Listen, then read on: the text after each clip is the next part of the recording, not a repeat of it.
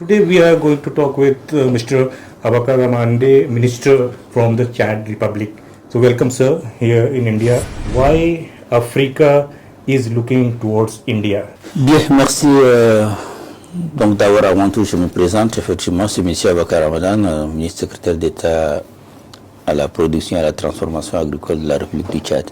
Bien, je peux dire d'abord, je suis très honoré et très ravi effectivement d'assister à la 18e conclave de la CI Exi Bank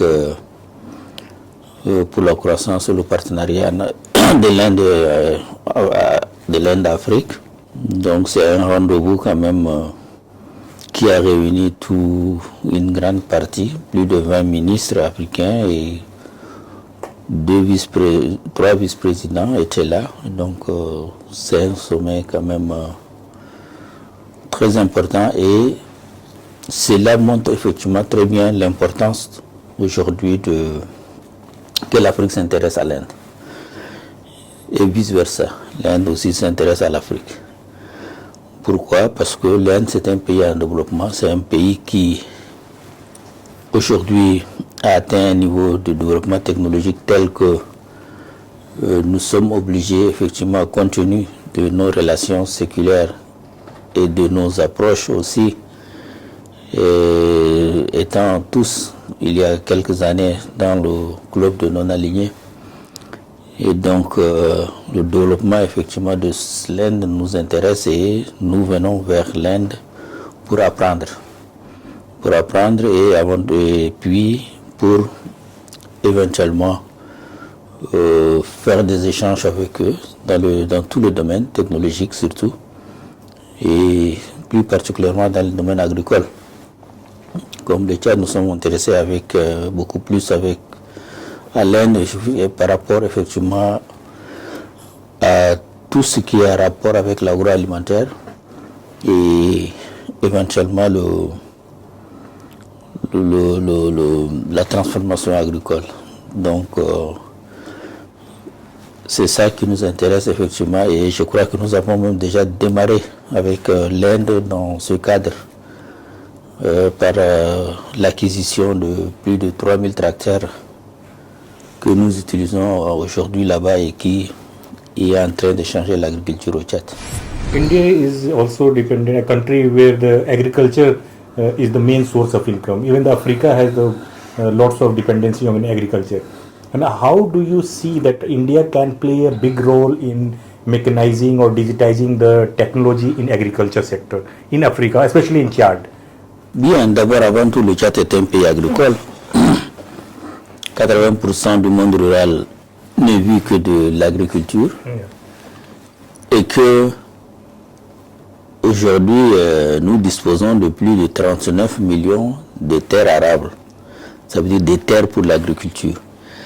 Et toutes ces terres que nous disposons, nous ne cultivons que sur 5 millions seulement de terres. Tout le reste est resté sans être cultivé parce qu'il n'y avait pas le moyen, il n'y avait pas aussi les ressources. Et donc, ce qui fait qu'aujourd'hui, il y a quelques années, nous avons fait appel à l'Inde parce que nous avons une agriculture beaucoup plus traditionnelle qui labourait avec la charrue et des matériels rudimentaires, ce sont la roue. Mais depuis qu'on a introduit les tracteurs, l'agriculture au Tchad commence à changer. Parce que aujourd'hui on arrive à cultiver des grandes surfaces. La production déjà en 10 ans a presque doublé. Et nous disons effectivement que à cette allure, nous allons non seulement arriver à l'autosuffisance alimentaire, mais nous allons aller au-delà, peut-être vendre même nos surplus à d'autres pays voisins. We have seen that very neighboring country, that Sudan, is disturbed. Sudan, and lots of people are coming to Chad, going to different countries, neighboring countries. How it is affecting the economy and the security of Chad due to Sudan conflict? Il y a beaucoup de pays qui entourent le Soudan, parmi eux le Tchad aussi. Mais seul le Tchad a plus de 1000 km de frontière avec le Soudan. Notre frontière fait face à 5 régions du Darfour. 5 régions soudanaises du Darfour, avec plus de 9 à 10 millions d'habitants. Et cette zone est en ce moment en guerre. Et déjà, on a arrêté plus de 100 000 réfugiés, alors que les conflits antérieurs, dans le conflit antérieur, il y avait déjà 400 réfugiés qui étaient restés déjà au Tchad, qui ne sont pas repartis au Soudan. Maintenant, plus de 100 000 sont venus s'ajouter et le nombre ne fait qu'augmenter chaque jour. La crise soudanaise est une catastrophe pour le Tchad.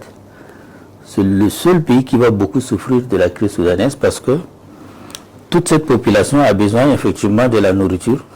Où est-ce qu'ils vont trouver cette nourriture? Ils ne vont revenir que trouver au Tchad.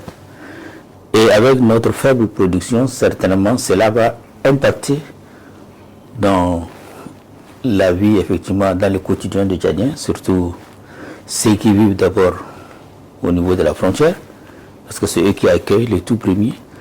Et après, effectivement, ça va jouer sur tout le pays, parce que la réserve en nourriture que nous allons produire cette année, certes, ça ne va pas suffire, quelle que soit la production. Parce que nous ne sommes pas seuls à consommer tout ce qu'on est en train de produire cette année. Nous allons consommer avec tous ces réfugiés. Et donc, cette crise, effectivement, pour nous, Tchadiens, c'est, comme je viens de dire, c'est une catastrophe parce que ça nous, non seulement, il nous crée un problème sur le plan alimentaire et même sécuritaire. Même sécuritaire, et donc, raison pour laquelle nous appelons de tout vœu que cette crise trouve une solution aussi rapide. So we see that lots of challenges are there on the border, but when we talk about the internal crisis, that how the people are dealing with the situation, about the job, about the food security and all. So how the government is dealing? Is any MOU has signed with India to support on the food security or food processing on this visit? Bon, durant ma visite, je crois que non, mais quand même, il y a des contrats antérieurs quand même. On a un contrat antérieur de 500 tracteurs quand même qui est en négociation en ce moment. Déjà, je suis venu avec le directeur de la société Simatrac, la société en charge du montage de tracteurs au Tchad, qui était dans ma délégation et que nous avons vu effectivement le fournisseur de tracteurs qui est là. Et donc, c'est un problème beaucoup plus financier qui a retardé la fourniture. Sinon, avec l'Inde, effectivement, dans ce domaine, nous avons déjà cette commande qui est en cours. Et nous attendons incessamment, effectivement, l'arrivée de ces tracteurs pour au moins entrer dans la production. Donc, pour le moment, je crois qu'avec l'Inde, notre coopération, c'est dans le domaine agricole, c'est beaucoup plus sur la mécanisation. Nous avons aussi les motopompes aussi pour l'irrigation et éventuellement le tracteur que nous achetons aussi de l'Inde. Is there any business deal happening in India, with Chad in recent time? Like not in this visit, also in the future, isn't there any plan on the food processing that India can support you? Oui, il y en avait. Bon, je crois que la coopération entre l'Inde et le Tchad ne se traduit pas seulement par les acquisitions de tracteurs, non. Nous avons aussi, par le passé, avec l'Inde, dans le cadre de leur ligne de crédit, nous avons bénéficié d'abord d'une usine à jus de fruits. Nous avons aussi bénéficié d'une cimenterie et tout dernièrement de la société textile.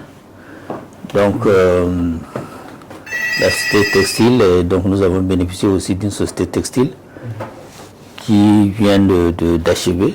Donc l'installation vient d'être une usine, quand même, une usine textile, oui, à Sarre, donc au sud du pays où aujourd'hui nous pouvons dire effectivement avec satisfaction que l'usine est prête à être utilisée.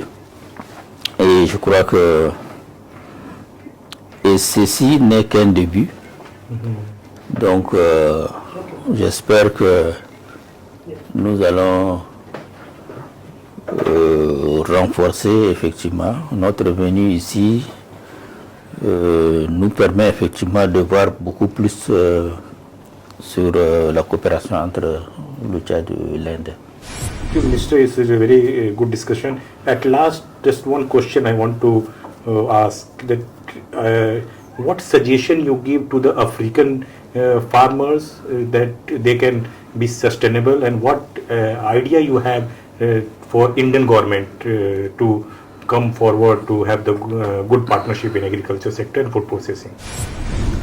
Bien, donc je crois que notre souhait c'est beaucoup plus demander encore peut-être l'Inde avec son expertise d'appuyer d'abord nos États effectivement dans le domaine de la production, de la transformation, surtout de produits, parce que nous produisons beaucoup plus de produits de la matière première où on en a, que ce soit le coton, que ce soit le riz. Bon, le riz n'est pas assez, mais quand même il y a du riz.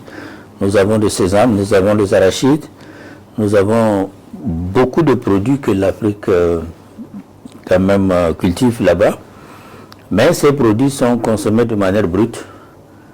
Et donc, l'Inde peut nous aider effectivement dans la transformation, que ce soit de farine, la transformation de l'arachide de sésame en huile, et ainsi de suite, donc le coton en tissu, voilà, donc ça c'est tout ce que nous demandons. Et donc là, avec l'aide effectivement d'Exim Bank, ça veut dire nos États quand même n'ont pas d'argent frais pour financer, mais ils peuvent déjà dans un premier temps prendre des prêts auprès d'Exim et petit à petit, ils vont rembourser le prêt. Et donc de cette manière, je crois que nous pouvons peut-être petit à petit régler le problème de la sécurité alimentaire en Afrique. Thank you so much, Minister. It was a good discussion. Merci.